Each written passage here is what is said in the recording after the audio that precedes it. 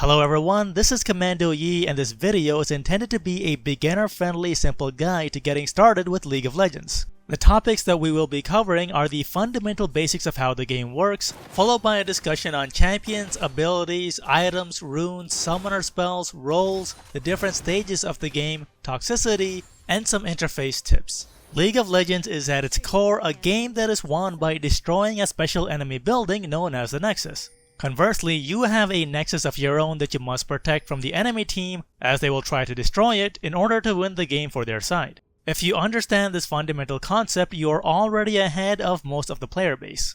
The nexus will spawn a variety of small units known as minions, and they will head down through a straight path known as a lane towards the opposing nexus. In addition to overcoming the waves of minions that will be coming your way, there are a series of buildings that you must destroy before you can attack the enemy nexus. The nexus itself is protected by two buildings known as turrets. Next, we have a building known as an inhibitor. An inhibitor in a lane serves the purpose of stopping the opposing nexus from spawning extremely powerful units known as super minions. What this means is that if you destroy the enemy inhibitor in a lane, your nexus will start spawning super minions in that lane that will help push towards the enemy nexus. Lastly, there are 3 additional turrets in a lane that must be overcome one after the other in order to reach the inhibitor. In summary, what this means is that you must destroy 3 turrets in a lane, the inhibitor that comes after it, the 2 nexus turrets, and finally the nexus in order to win the game. There is a total of 3 lanes that follow this design pattern, and what that means is that there are 3 different ways to reach the enemy nexus. Under the conditions that we've discussed so far, the game would turn into a stalemate as minions from both sides collide in the center of their lanes and duke it out. This is where you come in with a playable character known as a champion. The champion that you're playing can destroy the enemy nexus after they destroy all the enemy buildings that come before it. In order to take down the enemy building safely, you must push with the wave of your own minions. In order to push safely with your minions, you must kill most or all of the enemy minions that get in the way of your minions. However, there is a twist. The enemy team will also have a champion controlled by a human player with the exact same goals that you have as they try to destroy your nexus. Inevitably, what this means is that you must fight and defeat the opposing champions that will come in your way if you intend to take the enemy nexus. At this point, it's worthwhile to take a look at how champions, minions, turrets, and inhibitors interact. The only thing that you need to know about minions is that aside from getting in their way, minions will largely ignore you unless you attack an enemy champion with an auto attack or a targeted ability in their presence. Note that damaging an enemy champion with a non-targeted ability will not draw the aggression of the enemy minions. If you do manage to draw the aggression of the enemy minions, the best way to lose their attention is to head to a nearby brush where they will lose vision of you and switch to other targets. As for your interactions with enemy turrets, the only thing that you really need to know is that they will largely ignore you and focus the nearby minions unless you are the only one around, or if you damage an enemy champion in their presence. One thing that might not be obvious is that if you hit an enemy champion with an ability that deals damage over time, the turret will attack you if you get within its range while your ability is still dealing damage to the enemy champion. When it comes time to destroy enemy turrets, it's important to note that turrets take reduced damage if you have no allied minions nearby. While you can attempt to take down turrets without minions, it is usually very difficult. The easiest way to take down turrets is to bring a wave of minions with you. The presence of even one minion will allow you to deal full damage to enemy turrets. As for inhibitors, all you really need to know is that destroying them will grant you a 5-minute window where your nexus will spawn super minions in the lane of that inhibitor. At the end of that 5 minutes, the inhibitor will respawn and must be destroyed again. The nexus turrets that come after the inhibitor are not that different from the turrets that come before them. Once again, you'll want to use a minion wave to take them down. And lastly, before the inhibitors have a chance to respawn, you will want to destroy the nexus in order to win the game. Now that you know the fundamentals of the game, let's talk about the playable characters known as champions. There are over 130 champions to choose from, and they are all defined along 5 key attributes that they possess to varying degrees. First up, we have damage, which can be dealt to opponents in 3 different ways. It can come in the form of burst damage, which is an extremely high amount of damage dealt over a very short time frame. Burst damage is great for killing fragile targets instantaneously. Damage can also come in the form of sustained damage output, which means moderate to high damage dealt continuously over a long period of time.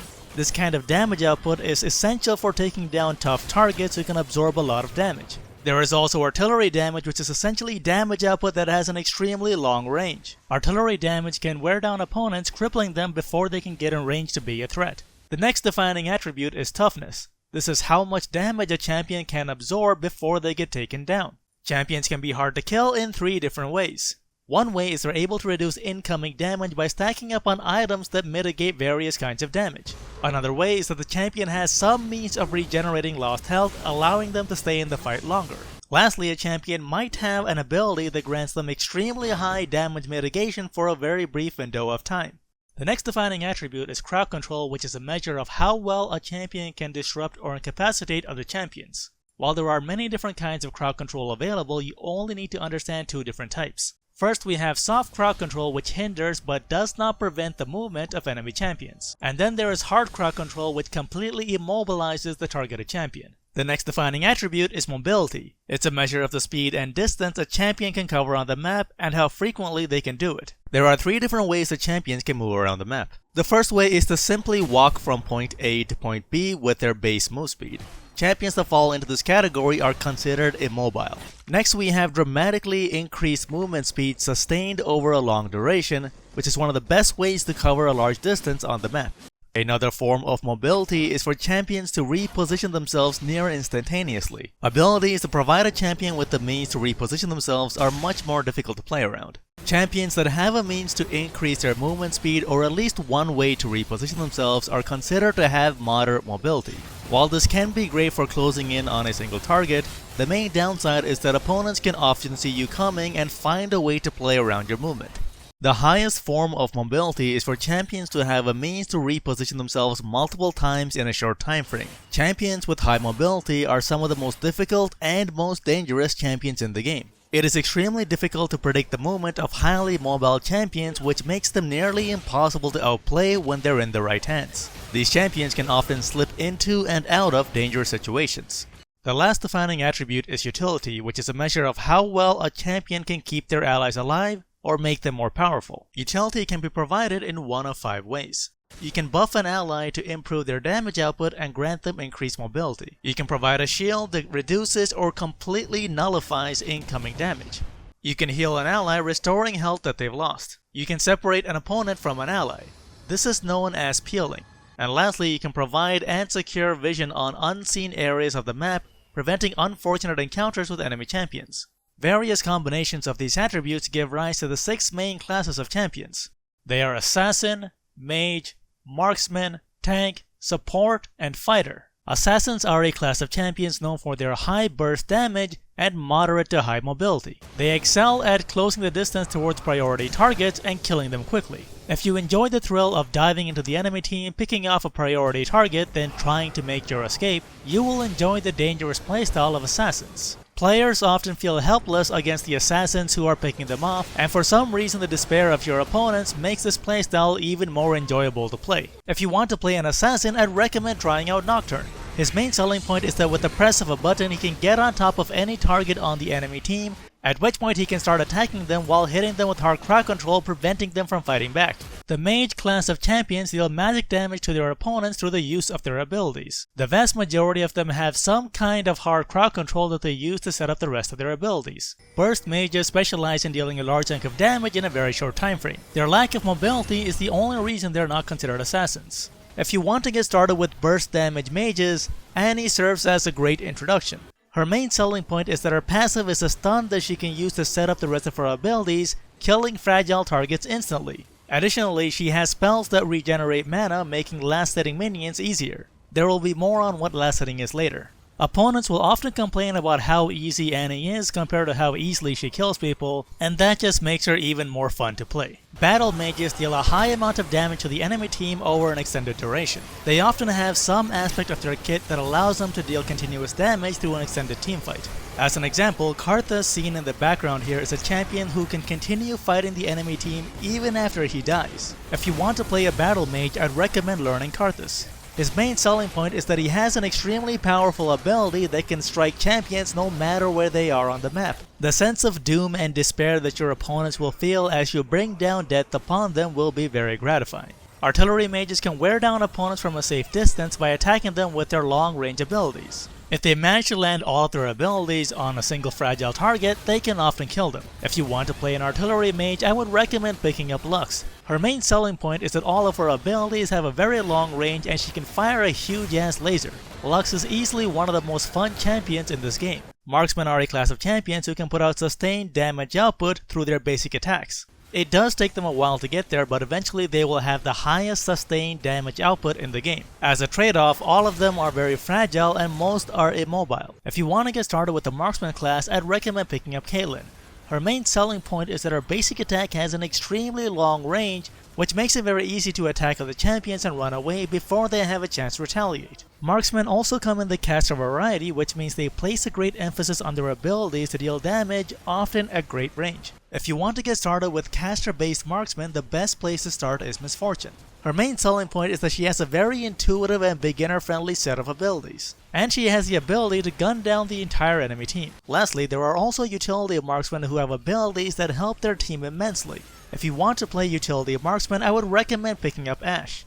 Her main selling point is that whether she's ahead or behind, she's always useful to her team. She can scout for her team, slow the entire enemy team, and she can even fire a huge ass arrow stunning the guy who's carrying the enemy team, allowing her team to win the teamfight. The tank class of champions are known for two things.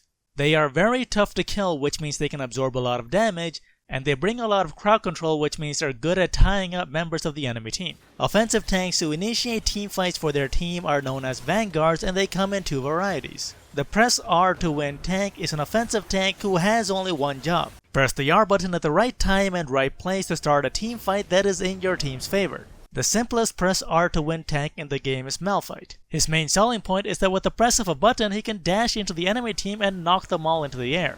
As a bonus, he's also great at absorbing physical damage. There are also offensive tanks who can engage on the enemy team through the use of their basic abilities. The benefit of this playstyle is that if you fail to engage, you can try again a short while later. I strongly recommend Rammus for playing this style of tank. His main selling point is that his initiation pattern is to simply roll into the enemy team at high speed and force a target on the enemy team to attack him, at which point the rest of his team kills that priority target. If you want to play a tank that can engage on the enemy team but don't want to bet it all on one ultimate that's on a long cooldown, try out Rammus. If nothing else, you'll love rolling around the map at high speeds. Defensive tanks who focus on saving their allies are known as Wardens. They too come in two varieties. The press R to save tanks can save their allies and frustrate their opponents with the press of a button. The best champion to get started with on this playstyle is Shen. Shen is not the easiest champion to play. His main selling point, however, is that with the press of a button he can join his allies anywhere on the map and dash into the enemy team to force them to attack him instead of his allies. Now things can still go wrong when you're relying on just one ability with a very long cooldown to save your allies, which is why there are also defensive tanks who can use their basic abilities to save their allies. If you want to get started with this style of tank, try out Poppy. Her main selling point is that she can smash people into walls with her giant hammer, and she has an ability that will interrupt anyone trying to dash in her presence. This is really powerful for stopping enemy champions who are trying to dive onto your allies. The support class of champions are known for their utility and crowd control. Unlike the other classes of champions, their gameplay revolves around their allies. The Enchanter class of supports are known for buffing their allies, making it easier for their allies to kill opponents, and making it harder for opponents to kill their allies. Janna serves as an excellent introduction to the Enchanter class of supports. The selling point of Janna is that she's great at keeping allies alive even when they're doing really stupid things to get themselves killed. A well-played Janna is incredibly frustrating to play against. The Caccia style of supports have a much more offensive playstyle. These supports actively look for ways to lock down opponents on the enemy team so that their allies can kill them. The mere presence of one of these supports acts as an intense threat that alters the way the enemy team plays. The best place to get started with the Caccia style of supports is Blitzcrank. The selling point of Blitzcrank is that he has a game-changing basic ability that allows him to grab opponents and bring them towards his team. Grab the guy who is carrying the enemy team, knock him up into the air, and silence him as your team kills him. The fighter class of champions are known for their short range, high damage, and toughness. This puts them in the unique position of being capable of soaking up a lot of damage while being a significant threat.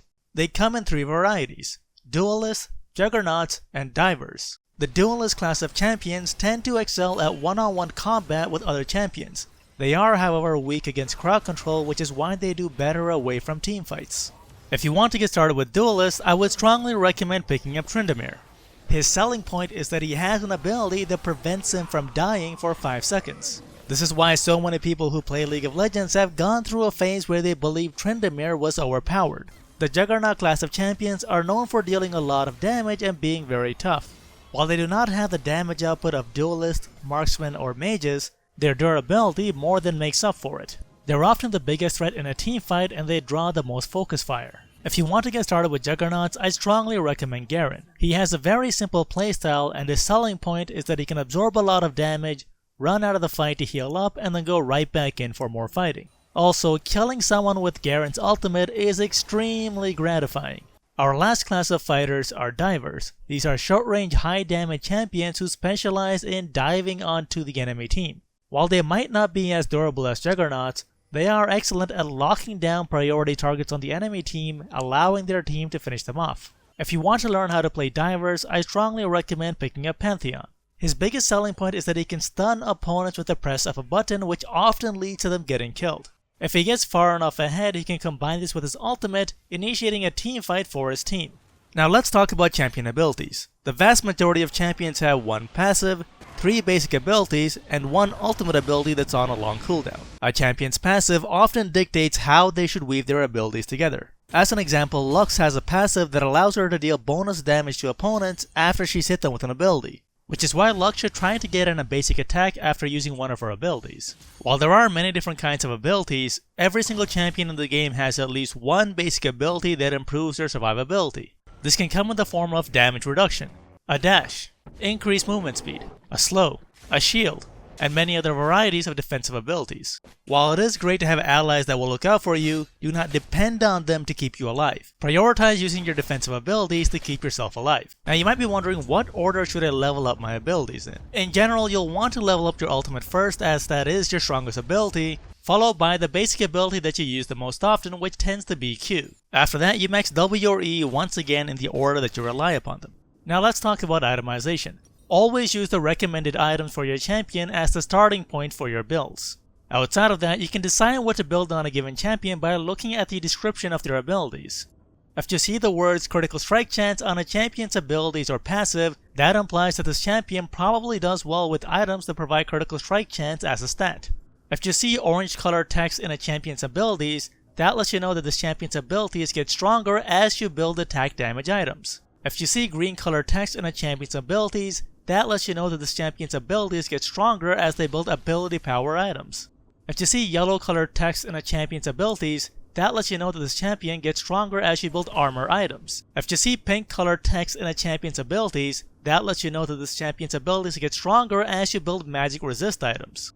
If you see red colored text referring to their own health in a champion's abilities, that lets you know that that champion's abilities get stronger as they build items that have health. If you see blue colored text in the description of a champion's abilities, that lets you know that that champion's abilities get stronger as you build items that have mana. As an example of this color scheme at work, note that both Riven and Nautilus have abilities that provide them with shields. However, Riven's shield scales with attack damage, so she builds attack damage to make it stronger, and Nautilus' shield scales with health, so he builds health items to make his shield stronger. Now on an important note, there are a lot of old champions with very high ability powers in their kit. Take a look at the recommended items, and if you do not see any ability power in the recommended items, then you know it's one of those champions. Yes, ability power will make Rammus' power ball very strong, but do not build ability power on Rammus. It will not help him tank damage, which is his job. Now you are going to see a lot of champions that have multicolored text in their abilities. As an example, Galio has a lot of green text and some pink text in the description of the scaling of his abilities. All this means is that you can build either stat and it's perfectly fine. Galio can build both ability power and magic resistance. Now let's talk briefly about vision. All you need to know is that trinkets placed in brushes grant you vision of opponents inside the brush that you would otherwise not have. As an example, Kennen here is not able to attack the opponent inside the brush until he has vision of the opponent with the help of the ward. There are also control wards which simply disable your opponent's wards. You probably won't have a whole lot of use for them right now, but they will come in handy as you reach higher levels. As in this example where Kha'Zix secures vision of a brush with the control ward, and Lee Sin has no idea Kha'Zix is lying in wait for.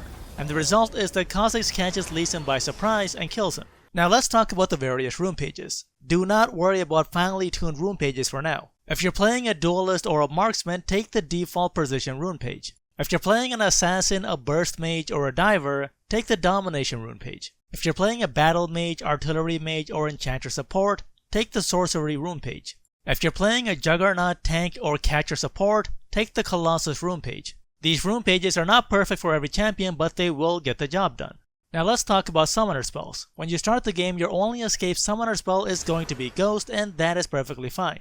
But as soon as you can unlock it, you will want to start using Flash in place of Ghost. In the vast majority of cases, the ability to quickly reposition yourself with Flash is much more valuable than the moderate mobility increase that is provided by Ghost. As for your other summoner spell, go with Ignite if your priority is to be able to kill people more easily, or take the summoner spell Heal if you want to prioritize survival. Lastly, there is Smite if you end up in the jungle. More on what the jungle is later. The other summoner spells that you see have their merits, but don't worry about them for now. When it comes to who goes where, you're going to have one champion in the top lane, one champion in the mid lane, two champions in the bottom lane, and one champion in the jungle. The jungle happens to be the entire area between all the lanes. The jungler is the wild card in a game of League and can influence lanes by ambushing opponents in a process known as ganking.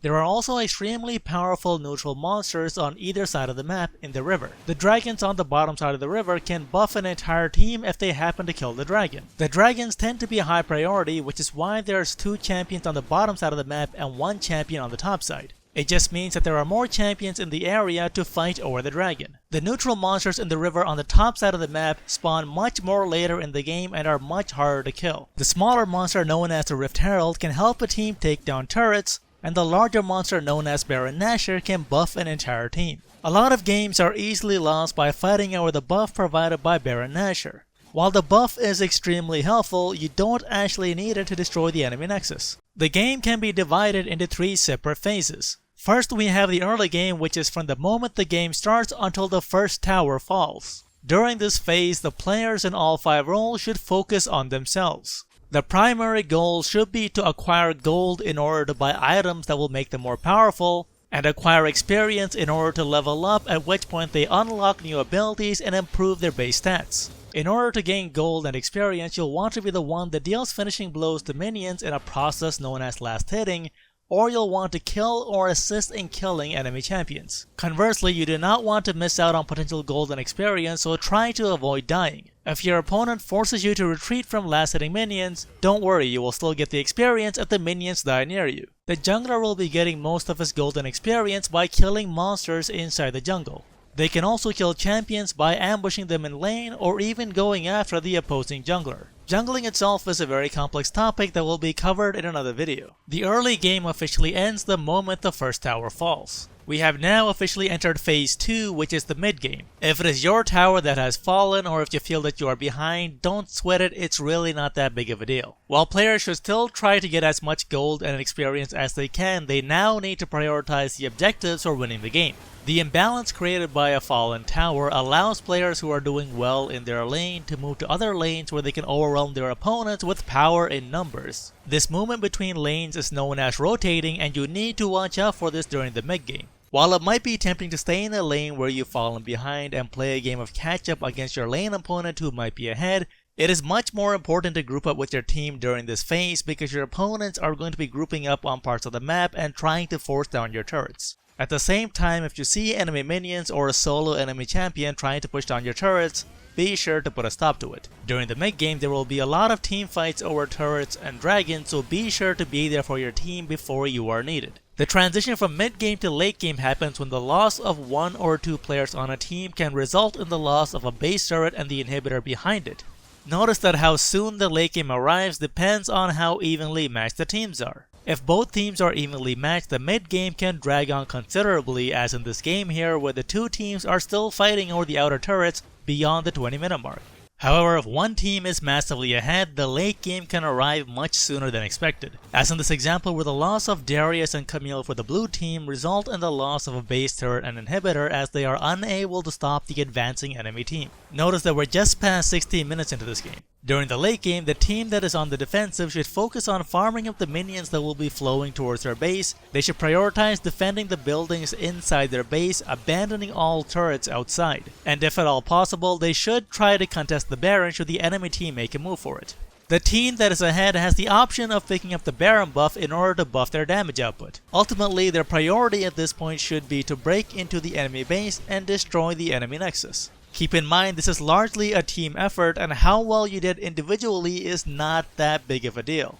Now let's talk about toxicity. Every gaming community has a demographic that is largely unpleasant. You are bound to run into them in League, on the enemy team, and on your team. People are going to be flaming you for the smallest things. It's going to happen at some point, and you have to expect it. My advice is to never respond to the people that actually attack you because they're just looking for a response, and if you give them one, they win. Engaging them is simply a waste of time, and if they are bothering you, you can mute them by hitting tab and clicking the sound icon next to their name. This should make the game a lot more enjoyable as a whole. Now let's go over some changes to the game's interface that I would strongly recommend in order to make the game easier to play. Keeping your camera locked might make it easier to keep track of where your champion is, but you'll want to unlock the camera as soon as possible as it's much more important to have greater vision of the area around you. This will be challenging at first, but eventually you will get the hang of it. Range indicators are on by default, which means when you activate an ability, you press down on a key, direct where you want it to go with the mouse, then release the key to use the ability. Once you are familiar with the range of a champion's abilities, it's a good idea to turn this off so that your abilities activate when you press the key down.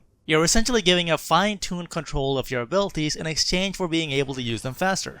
By default, when you use items that require targeting, you'll have to press the key that corresponds to the item and then left-click with the mouse in order to activate it on the target. It's a good idea to activate Quick Cast All so that the key that corresponds to your item will activate that item against whatever target happens to be under your mouse cursor at the time. This will make it much easier to activate an item like Blade of the Ruined King against a target in the midst of battle. Once you get the hang of using the number keys to activate your items, you'll find that some items are much more critical than others and you'll want an easier way of activating those items. I like to rewire those items to activate on the spacebar, as the spacebar is much easier to reach and smash in the middle of a teamfight. I find this change works best for items like the Mercurial Scimitar and the Zhonya's Hourglass. Attacking opponents can be challenging because you have to right-click or press A and then left-click exactly on top of the opponent target. If you misclick, you're going to be running towards them, which can end in disaster. To improve upon this, change the setting Player Attack Move Click to the key A. You can now press A and left-click anywhere around you to attack the nearest target. The advantage of this change is that you do not need to exactly click on enemy targets. Now you can use basic attacks on opponents by simply clicking near them. Now I know this was a lot of information to digest, so here is a quick summary of all the key points. We went over the key objectives for winning any game of League. We went over the early game, the mid game, and the late game along with when they start and what your goals are. We went over the various kinds of champion classes and subclasses along with recommended champions and rune pages. We went over the abilities that champions have and the recommended skill order. We went over recommended items and how to build items that work with your champion's kit. We went over the significance of vision wards. We went over toxicity and how to deal with it, and lastly, changes to the game interface to make it much easier to play the game. Hopefully this video gives you all the information that you need to know to hit the ground running as you get started with League. If you have any questions about the content in this video, leave them in the comments below and I'll respond when I can. If you love these videos and want to see more, do hit the subscribe button and use the bell icon to be notified on when the next video comes out. If you want to improve your in-game decision making, take a look through the playlist on the left, and if you want to learn some League strategies, take a look through the playlist on the right. You can also follow on Twitter, and if you want to support this channel directly, do click on the Patreon link to support this channel.